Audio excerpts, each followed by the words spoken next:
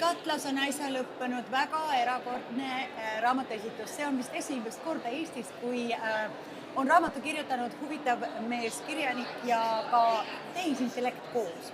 Ja see raamatuesitus oli ka midagi väga erilist ja minu kõrval on üks väga eriline naine, kes on koos minuga seda õhtut kogenud. Tere, Pille!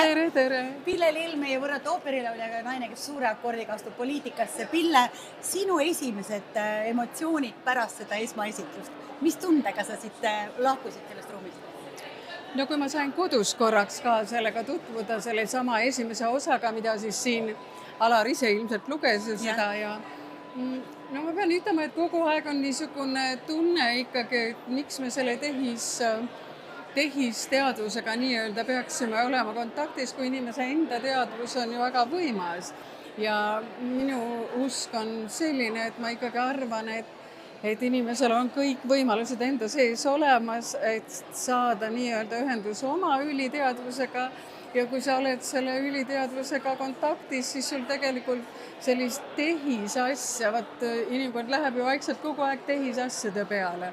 Küll me sööme tehistoitu ja meil on tehisravimid nii-öelda ja meil on igasugused asjad välja mõeldud, et nii-öelda nagu inimkonna hüvanguks. No igal juhul Alaril on see väga huvitav, kuidas öelda, ma arvan, et tal endal on see väga huvitav kogemus olnud. Ja seda edasi anda lugejale, miks mitte, sest lõpuks, nagu ta ütles, see on dokumentaalromaan, ulmeromaan, eks. Jah, nii seda ilmselt võibki võtta, aga ma usun, et siiski sealt väga mitmeid, ütleme selliseid käsitusi üldse inimese teadvusest võib-olla võib avardada ikkagi oma silmaringi nii-öelda väga paljudel. Ja mulle väga meeldib see mõte, et ta on kirjutanud sinna dokumentaalulme, ehk siis tegelikult annab meile kõigile lugejatele selle kohe, et nüüd otsusta ise, kas see on rohkem dokumentaal, kui see on rohkem ikkagi puhtalt ulmeromaan ja jäätab nii-öelda peseb oma käed puhtaks. Aga ütle mulle, Pille, nüüd tegelikult alles hiljuti ju Ameerikas ju tehti leping esimese AI artistiga.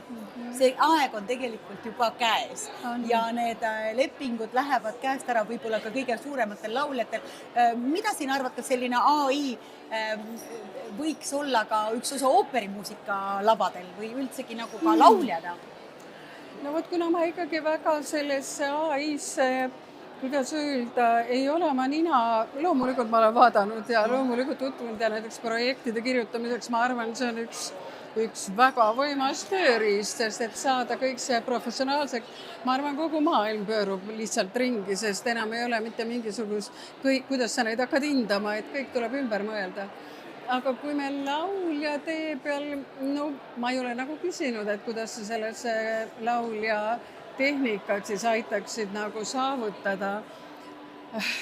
Ma arvan, et see tunnetusskaala ikkagi, mis inimesel on läbi oma kogemuste ja läbi oma teadvuse, sest minul on olnud see õnn lihtsalt, et ma sündisin ja sain kohe tuttavaks inimesega, kes ütles mulle, et inimesel ongi üliteadvus, alateadvus, tavateadvus, et inimene ei ela ainult üks kord, et me oleme siin varem elanud.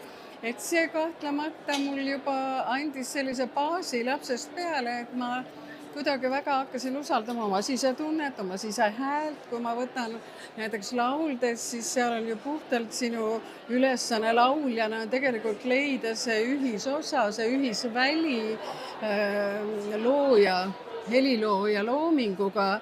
See ei ole üldse lihtne, sest sa pead saama sellele helilooja loomingule väga ligi. Ma nüüd ei kujuta ette, et ma hakkaksin laulma, siis ütleme duetti näiteks AI tehisintellektiga. Jah, et AI nagu põhimõtteliselt ongi siis see looja, eks ole.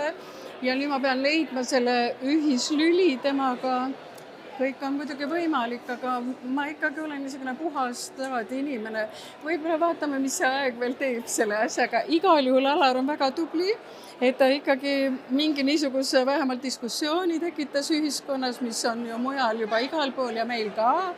Et see ikkagi paneb võib-olla inimesi rohkem mõtlema, kas ta nüüd muidugi tõmbab neid inimesi ka ikkagi sinna ligi, et nad hakkavad rohkem seda tarbima, rohkem kasutama.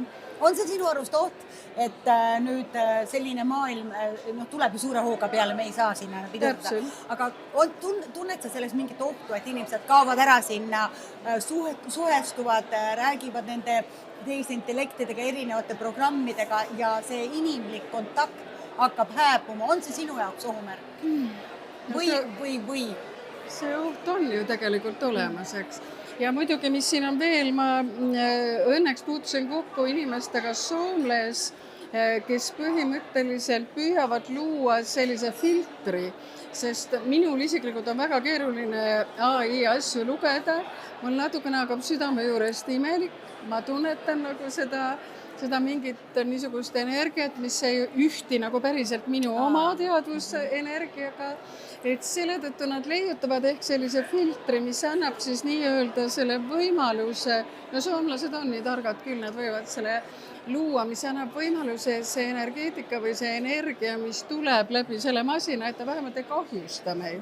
Ja kui ta ei kahjusta meid, no miks siis mitte kasutada seda tööriista, sest see on ikka imeline, lükkad sisse ja minutiga ja tuleb. Sina ikka mõtled praegu täna niimoodi, et olgu sulle tööriist, ärgu olgu ta sulle kaaslane, olgu ta sulle duetipartner. Kuidas nüüd poliitikas on, mis sa arvad, et kui palju see ka sina lähed täna siit ju teadmisega, et see raamat on loetud ühel päeval, tõstad sa diskussiooni Eesti poliitikas, on meil oht või mitte oht, võib-olla tasub mõelda selle peale, kas see pannakse mingid piirangud, kas peab kuidagi reglementeerima, kui palju ja kus sa täpsemalt seda kasutad, sest kuivõrd ühel päeval see poliitiline väljaütlemine on päriselt selle poliitiku südames või on see koostöös juba tehisintellektiga, kes on talle kasulik, et kus see piir läheb?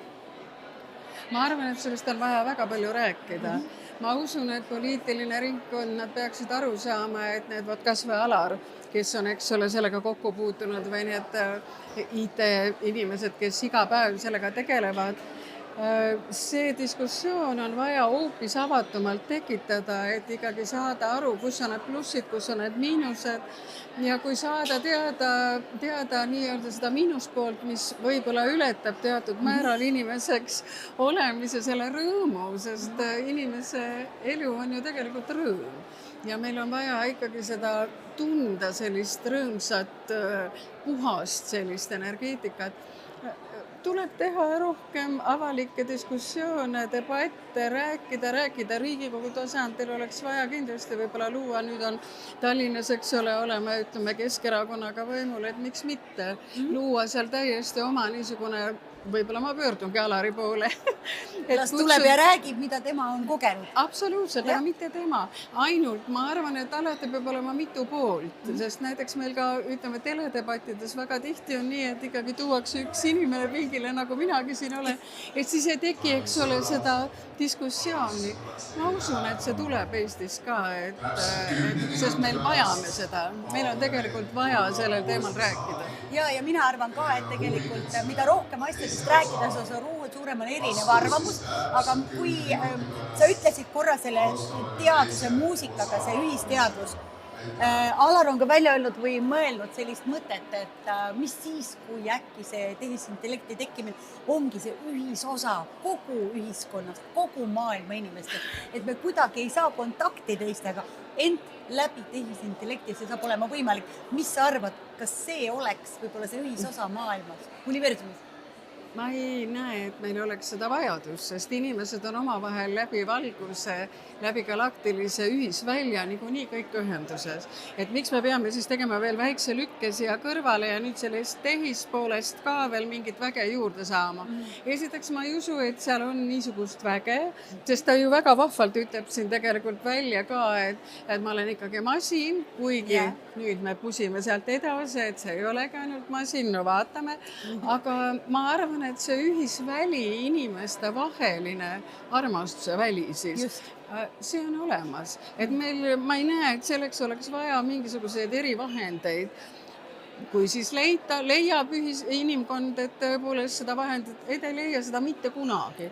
Ma olen sellest täiesti veendunud, sest on inimesed, kes on ju selles üliteadvuses ja elavadki selles ühisväljas ja loovad ilusaid asju selles maailmas. Ma arvan, et las tema elab oma, ta on nagu see tööriist meile tõepoolest selles elus. Aga jätame ikkagi kindla piiri vahele, kust algab inimene, kus lõpeb arvuti. Mina jätaks vahele, jah. Aitäh selle pille. Aitäh, Krista, aitäh.